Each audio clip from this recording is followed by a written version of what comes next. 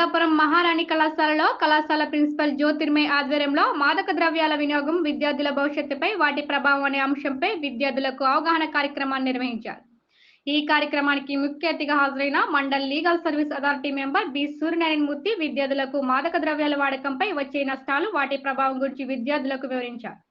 ఈ సందర్భంగా ఆయన మాట్లాడుతూ మాదక ద్రవ్యాల నిరోధానికి భారత ప్రభుత్వం narcotics, drugs and psychotropic substance act 1985 చట్టం చేసిందని, ఈనాటి యువతరానికి దారి మళ్లించి చెడు మార్గాల్లో నడిపిస్తున్న దురలవాట్లలో మాదక ద్రవ్యాల ప్రభావం ఎక్కువగా ఉందని, వాటిని తగ్గించి విద్యార్థి భావి భవిష్యత్తుకు బంగారు బాట వేయాలని, వాటి వినియోగం వల్ల జరిగే చెడు ప్రభావంపై అవగాహన కల్పించాలన్నారు.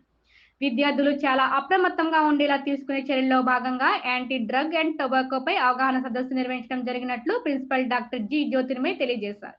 ఈ కార్యక్రమంలో tobacco anti drug nodal officer AS Satyanarayana Murthy, B Gangadharudu, కళాశాల అధ్యాపకులు, కళాశాల విద్యార్థులు పాల్గొన్నారు.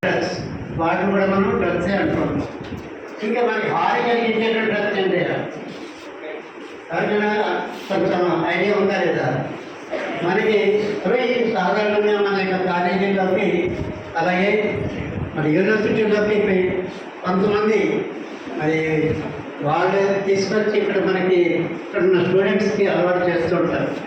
దాన్ని కైని, బ్రౌన్ షుగర్, కాన్ఫరాట్ అలా రకరకాలైన పేరుతో మనకి మార్కెట్లో వచ్చేస్తుంటాయి.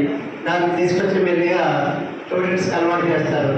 ఒక స్టూడెంట్ని లోపరుచుకుంటే వాళ్ళ ద్వారా మిగతా వాళ్ళందరూ ఏదేమైనా మీరందరూ కూడా అందరూ డిగ్రీ హోల్డర్సా లేకపోతే ఇంటర్మీడియట్ వాళ్ళు కూడా ఉన్నారా? వాళ్ళకి ఎందుకు చెప్తున్నానంటే ఒక స్టూడెంట్ కానీ ఒక వాళ్ళకి కానీ వాళ్ళకి కానీ 12th నుంచి 18 ఏజ్ వచ్చే వరకు కూడా పేరెంట్స్ యొక్క చెప్పు చేతలు నడుచుకుంటూ ఉంటారు.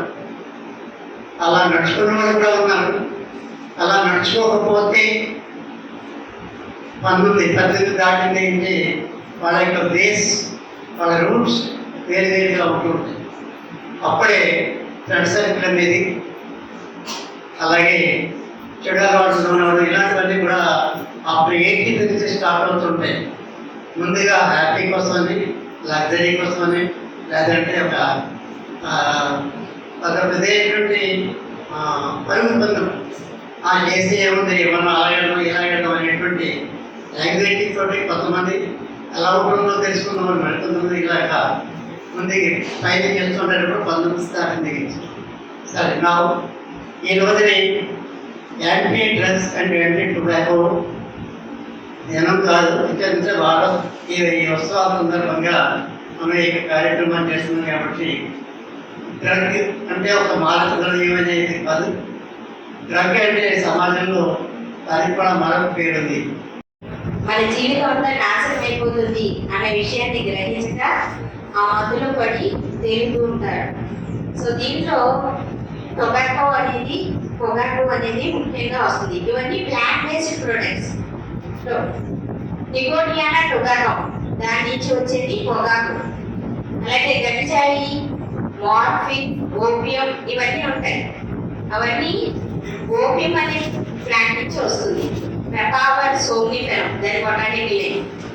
సో దీనిలో నల్ల మందు అంటారు. దాన్ని గసగసాలు అని మనం ఇంట్లో వాడతాం కదా, అదే నల్లమందు.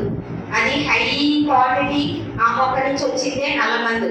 సో దాన్ని ఎక్కువగా తీసుకుంటే మనకి మత్తు వస్తుంది అనమాట. అలాగే గంజాయి అంటాం. గంజాయి కూడా ప్లాంట్ ప్రోడక్టే.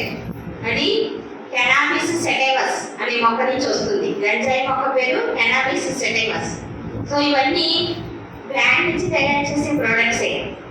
ప్రపంచంలో ఈ మాదక ద్రవ్యాల వినియోగాన్ని అరికట్టడానికి అంతర్జాతీయ మాదక ద్రవ్యాల డే అని ఒకటి జరుపుతున్నారు. అంటే అసలు ఇంటర్నేషనల్ డేస్ ఎందుకు జరుపుతారు అంటే, ఆ వ్యాపారాన్ని జరుపుతూ ప్రపంచమే దాన్ని, గవర్నమెంటే దాన్ని యాక్సెప్ట్ చేస్తూ ఉంటుప్పుడు అది మీరు తీసుకోకూడదు అని మిమ్మల్ని అవేర్నెస్ క్రియేట్ చేయడానికి. అంటే ఏంటంటే వాటి వినియోగాన్ని అతిక్రమించితే, అంటే ఎక్కువగా తీసేసుకుంటే వాటి వల్ల జీవితంలో మీరు ఏమేమి కోల్పోతారు, వాటి వల్ల మీకు ఎన్ని నష్టాలు కలుగుతాయి అవుతాయి. సో ఎడిక్షన్ అనేది చాలా కష్టమైనది. దాన్ని వన్స్ ఎడిక్ట్ అయితే మీరు దాన్ని ఆఫ్ చేయడం చాలా కష్టం.